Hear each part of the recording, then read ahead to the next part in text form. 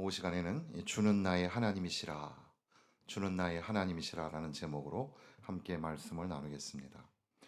24절에 보면 이날은 이렇게 되어 있어요. 이날은, 또 이날에, 두 번이나 이날은, 이날에.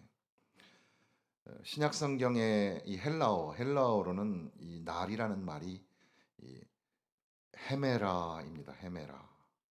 그리고 히브리어로 이 날은 욤이라고 해요. 날이라는 말, 보통 뭐 뚜레주라는 제과점이 주르라는 말이 날이란 뜻이잖아요. 날. 우리는 날과 연결해서 살아가는데, 그래서 이 헬라어를 외울 때 매일마다 헤매니까 매일마다 헤맵니다. 욤과 헤메라를 외우느라고 헤메라, 욤 이런 거 하는데, 우리는 하루하루 그 날이 참 중요해요. 특별히 오늘 이 주일, 이날은 참 좋은 날. 그래서 이날은 주의 지으신 주의 날일세, 기뻐하며 즐거워하세. 이날은 주님의 날이니 기뻐하고 즐거워하세. 이날은 주의 날일세. 이날은 학자들이 여기 말하는 이날이 언제일까 그걸 연구를 했는데, 근데 아주 앞서 있는 학자들은 이날은 주님의 날이다. 그래서 주님이 이제 사망 권세 이기시고 부활하신 그날, 그래서 이렇게 오늘 예배에 나온 이날 말이에요. 이 주일이 바로 이날이다. 이날은 어떤 날이냐? 주님이 정하신 날이고, 이날에 우리는 즐거워하고 기뻐해야 된다. 그 절기 제물을 제단불에 메어라라는 말씀이 후반부에 나오는 걸 보니까 이것이 예배와 관련돼 있을 것이고, 그러니까 아마도 이것이 주일이 아닐까 생각을 하는 겁니다. 그렇게 본다면 오늘 이 날은 말이에요. 이 날은 너무 엄숙하게 있는 날이라기보다는 기뻐하고 즐거워하는 날. 아이고, 몸도 많이 아프고 또 힘들죠. 그런데도 불구하고 이렇게 오셔서 같이 예배를 드리셔서 참 감사합니다. 어, 본의 아니게 이제 우리 노회 원로 목사님들이 많이 계신데, 어, 저도 그렇고 우리도 이렇게 원로 목사님에게 잘 이렇게 해드리지 못하는데도 불구하고 다른 교회하고 자꾸 비교하니까, 비교해서는 우리 교회가 되게 잘하는 것처럼 칭찬을 들을 때에 제가 참 몸둘 바를 모르겠어요. 그런데 그 마음은 어떤 거냐 하면, 이제 앞으로 시대는 이제 젊은 사람들이 많이 없어지는 것도 문제이죠. 그런데 노년의 사람들이 많아진다는 것도 또 하나의 문제예요. 그 김영석 교수가 지금 102살인가 그러시잖아요. 그런데 우리 교회도 지금 강권사님 연세가 99세, 두 분 강권사님이 연세가 98, 99, 그러니까 이게 우리도 조만간 100세 시대를 다 넘어가는 겁니다. 그래서 우리 남성 집사님들, 우리 연로하신 어른 아버지 집사님들, 또 어머니 권사님들, 모든 우리 교회 성도들이 건강하고 복되고 늘 행복하게 사시기를. 그래서 어떻게 보면 원로 목사님 내외분은 좀 불편하실지도 모르지만, 우리가 영적인 아버지로, 어머니로 생각하면서 늘 건강하고 복되고, 그것은 우리 교회에 있는 모든 부모님들이 다 건강하기를, 행복하게 살기를 바라는 마음을 가지고 있는 겁니다. 그런데 바로 오늘, 오늘 좀 기뻐하고 즐거워하고. 그래서 모세는 시편 90편에 기도하기를, 하나님, 내 고생한 날수와 연수를 계산하셔서 나를 기쁘게 하소서. 그렇게 기도했습니다. 나를 기쁘게 하소서. 그래서 우리 성도들 한번 같이 따라해 보세요. 나를 기쁘게 하소서. 그러니까 아이고 기도 제목이 뭐예요? 그러면 우리 자식이 이렇고 아이고 우리 손자는 또 이렇고 그 기도는 다 좀 내려놓고 하나님 앞에 뭘 기도하냐면 하나님 나를 기쁘게 해주세요. 하나님 나 기쁘게 해주세요. 그런데 오늘 여기에 시인은 회중을 향하여서 이날은 주의 정하신 날인데 그날에 기뻐하고 즐거워하라. 그런데 이제 그 신학자들이 후대 신학자들 그러니까 이제 루터나 칼뱅이나 이런 신학자들이 연구를 해보니까 여기에 이 문장만 가지고는 이것이 주의 날이라고 하기가 좀 어려운 거예요. 주의 날 그러니까 이제 주일 말이죠. 주일이라고 연결하기가 좀 어려운 점이 많이 있어요.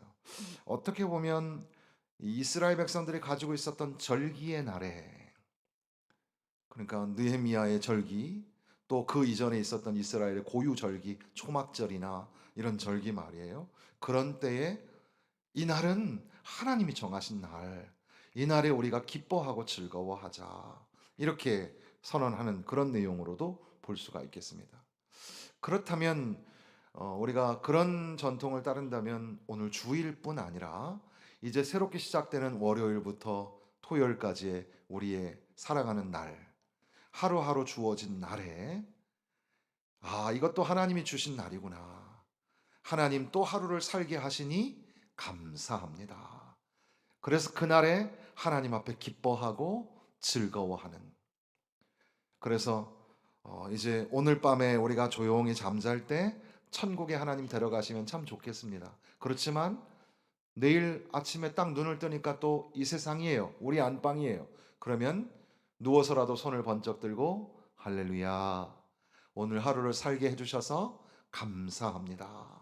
이날도 기쁘게 하여 주옵시고 즐겁게 하여 주옵소서. 이렇게 기도하는 그 날 말이에요. 그런데 지금 여기에 우리가 읽지 않았지만 앞에 문맥으로부터 쭉 연결해 오면 이 날이 무슨 날인가를 우리가 좀 유추해 볼 수는 있어요. 이 날은 어떤 날일까? 이 날은 근접의 맥락으로 보면 뭐냐 하면 23절에 보니까 여호와께서 행하신 것이고 우리 눈에 기이한 것이로다. 신기한 일이 벌어졌어요. 조금 더 가보면 주께서 내게 응답하시고 나의 구원이 되셨어요. 주님 앞에 기도했더니 하나님이 구원을 베풀어 주신 거예요. 사실 그 앞으로 한참 나가보면 너무 고통 중에 있었어요. 그래서 하나님 앞에 부르짖고 기도했더니 그리고 사람들이 막 겁을 줄 때에 사람들이 아무리 겁을 줘도 하나님이 내 편이 되사 하나님께 피하는 게 사람을 신뢰하는 것보다 낫고 여호와께 피하는 것이 고관들을 신뢰하는 것보다 낫다. 그러면서 하나님을 의지하고 하나님께 피하여서 막 부르짖어 기도했더니 하나님이 그 기도에 응답하여 주셔서 구원을 베풀어 주신 겁니다. 그는 어려움 중에도 뭐라고 고백했냐 하면 14절 말씀에 보면 여호와는 나의 능력과 찬송이요 또 나의 구원이 되셨도다. 사람들이 막 나를 넘어뜨리려고 하는데 그런데도 불구하고 하나님 의지하고 하나님은 나의 능력, 하나님은 나의 찬송, 하나님은 나의 구원 그러면서 막 하나님을 의지하고 기도할 때에 하나님의 놀라운 구원의 역사가 나타났더라. 그날이 너무너무 신기하고 기이한 일이었다. 그러면서 우리가 잘 아는 그 22절 같은 데 보면 건축자의 버린 돌이 집 모퉁이의 머릿돌이 되었나니 모퉁이에 있는 이 돌은 그 사방을 경계를 재는 그런 중심이 되기도 하고 양쪽에서 눌러오는 무게를 지탱해야 되는 어떻게 보면 굉장히 중요한 역할을 감당하는 돌이 되었다. 버려졌던 돌이었는데 내 인생이 버려졌던 돌만 같았는데 그런데 지금 하나님이 나에게 구원을 베풀어 주셔서 그로 인하여 이제는 건축자의 버린 돌이 아니라 건물을 짓는 그 건물의 중요한 모퉁이 돌이 되었다. 얼마나 귀한가, 감사한가. 바로 이 날은 신기한 날, 기이한 날. 하나님 앞에 기뻐하며 즐거워하는 날.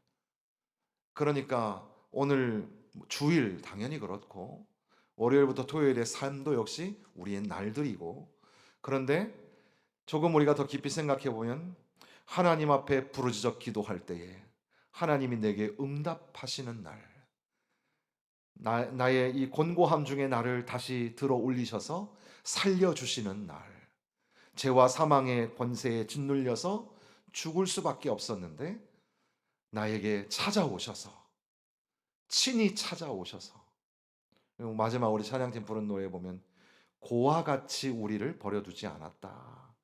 하나님이 찾아오셔서 우리를 건져주시고 구원해 주셨다. 그러니까 이날은 구원의 날, 이날은 구원의 날이니 기뻐하고 즐거워하자. 아시겠죠? 자, 그러니까 너무 인상 쓰지 마시고, 자, 기뻐하고 즐거워하고, 주일은 주님의 부활의 날 기뻐하고, 월요일부터 토요일도 하나님이 주시는 거니까 기뻐하고, 얼마 전에 우리 기도원에 올라가니까 그 공휴일 명절 지나면서 우리 이장로님네 그 밑에 사업장 보니까 막 정신이 하나도 없어요. 얼마나 힘들게 일을 하고 계시는지 참 정말 힘들겠다 이런 생각을 하는데, 그렇게 주어진 하루 한 날 열심히 살면서 힘내어 살면서 그 가운데에서도 뭘 잊지 마세요? 기뻐하고 즐거워하라. 하나님 기뻐요. 하나님 즐거워요. 감사하고 살아요. 그런데 궁극적으로 내게 주어진 날.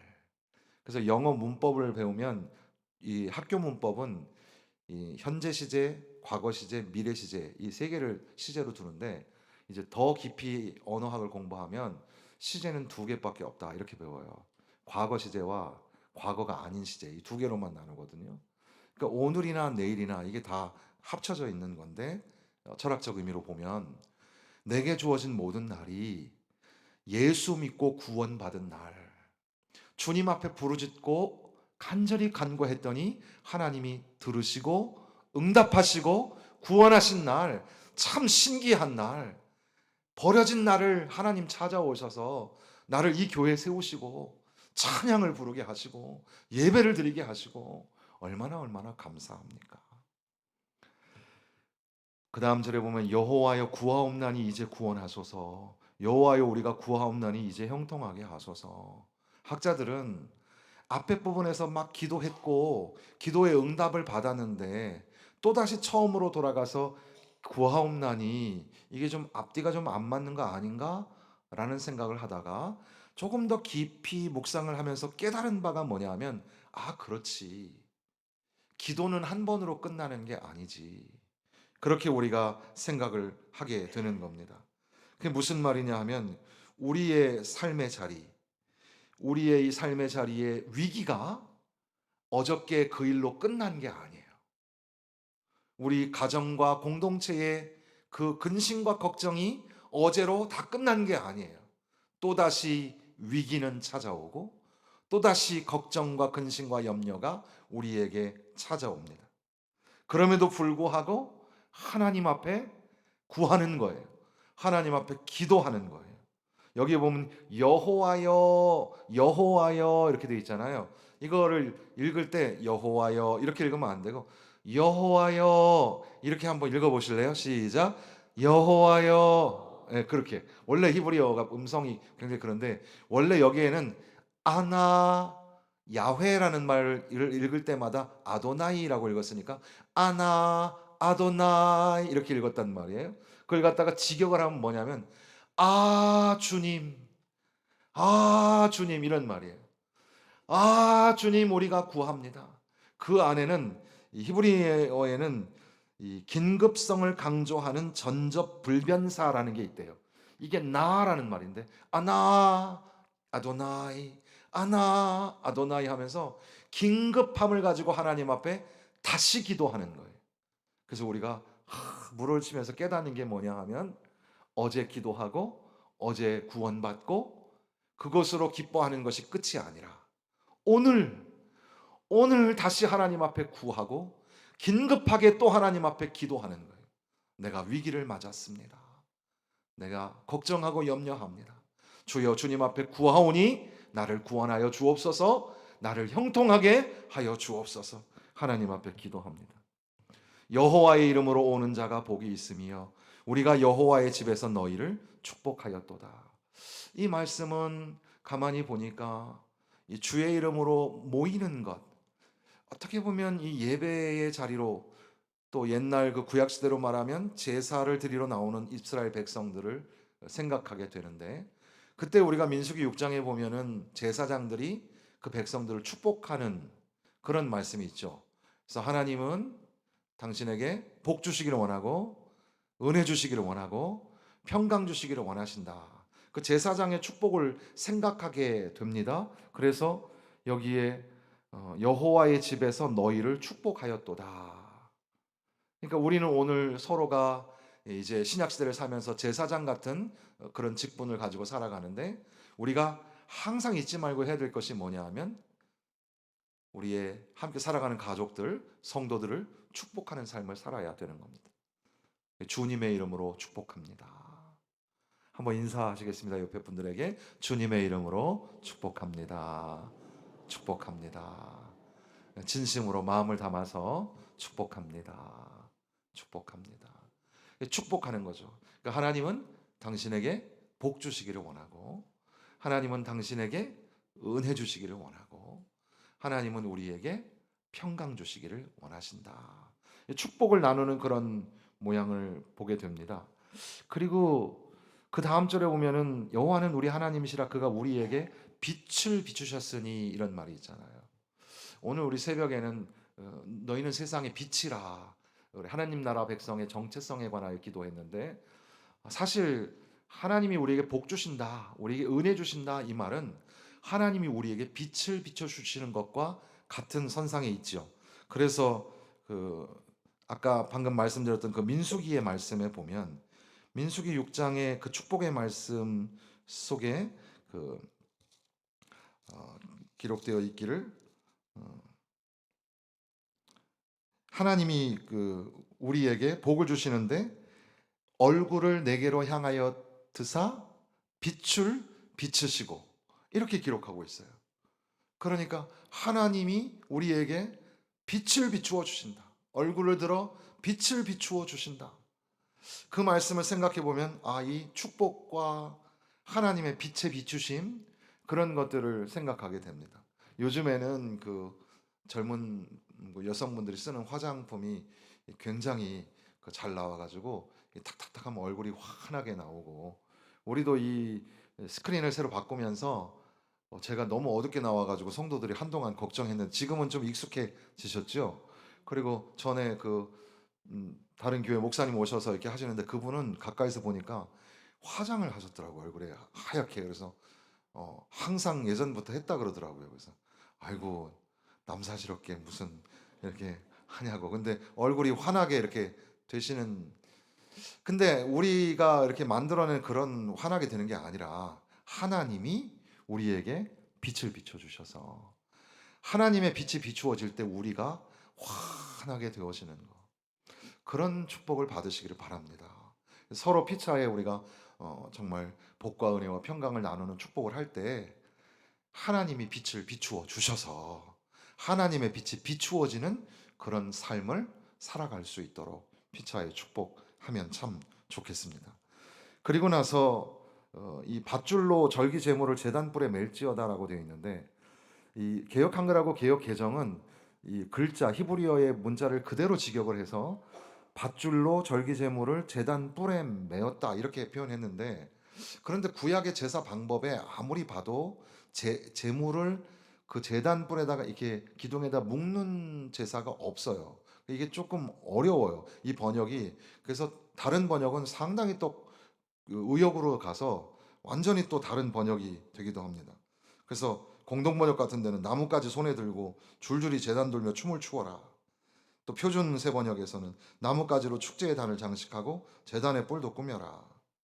그리고 옛날에 우리 성경 개역 한글에는 줄로 희생을 제단뿔에 맬지어다, 이렇게 되어 있었는데, 이 말이 학자들도 해석하기가 참 어렵다고 말을 해요. 그러니까 우리도 그 이상은 넘어갈 수 없는데, 여기서 우리가 직관을 가지고 알 수 있는 게 뭐냐 하면 이 제단과 제물이라는 걸 보니까 이게 뭐하고 관련이 있을까요? 예배와 관련이 있겠죠. 예배를 생각하게 되는 겁니다. 그래서 하나님이 우리에게 복 주시는, 피차의 복을 나누고 축복하는, 하나님이 은혜의 빛을 비추시는 바로 거기가 예배의 자리, 알타, 제단으로 나아가는 곳인 것을 우리가 연결해서 생각해 볼 수가 있습니다. 그러니까 우리의 삶에, 매일매일의 삶에서부터 오늘 이렇게 제사를 하나님 앞에 드리는, 예배를 드리는 특별한 이 시간에 하나님이 빛을 비추어 주시고 하나님이 복을 허락하여 주셔서 형통하게 되고 긴급한 기도의 제목이 응답되는, 참으로 기뻐하고 즐거워하는 그런 날 되시기를 주님의 이름으로 축원합니다.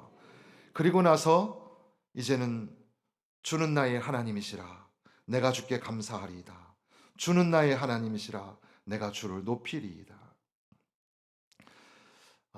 앞서에 나왔던 하나님은 우리 하나님이었다면 이제는 나의 하나님이라고 고백하는 거죠.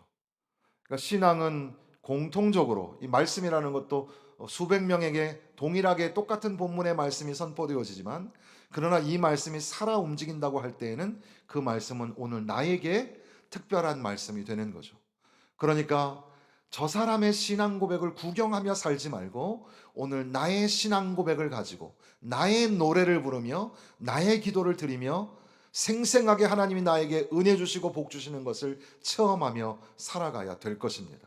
그러니까 시인은 우리 하나님이여 라는 그런 기도가 이제는 나의 하나님이여, 나의 하나님이여. 하나님은 여러분의 하나님, 하나님은 나의 하나님인 줄로 믿습니다.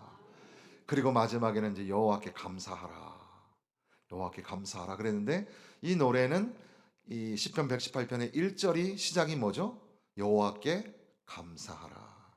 그리고 맨 마지막도 여호와께 감사하라. 감사하는 것. 그러니까 오늘이라는 날에 우리가 빼지 말고 결론을 내릴 때는 감사가 결론이구나. 여호와께 감사하라. 하나님께 감사하라. 여러분은 뭘 감사하고 계세요? 여러분 안에 감사한 것들이 있으시죠? 하나님 앞에 감사하며 살아야 됩니다. 진실한 감사의 마음을 가지고 찬양을 부르고 그 은혜에 감사하고 감격하여 기뻐하고 즐거워하고, 그것이 우리에게 필요합니다. 자, 그런데 이렇게 마지막 절까지 읽었는데 이 말씀을 읽으면서 문득 그런 생각을 하셨을 거예요. 건축자의 버린 돌이 집 모퉁이의 머릿돌이 되었다? 이 말씀이 이 교회에게 어떻게 해석되어졌는지를 우리가 잘 알기 때문에 이 말씀을 들을 때 제가 쭉 설명드렸던 것에서 뭔가 좀 부족하다는 생각을 할 수가 있습니다.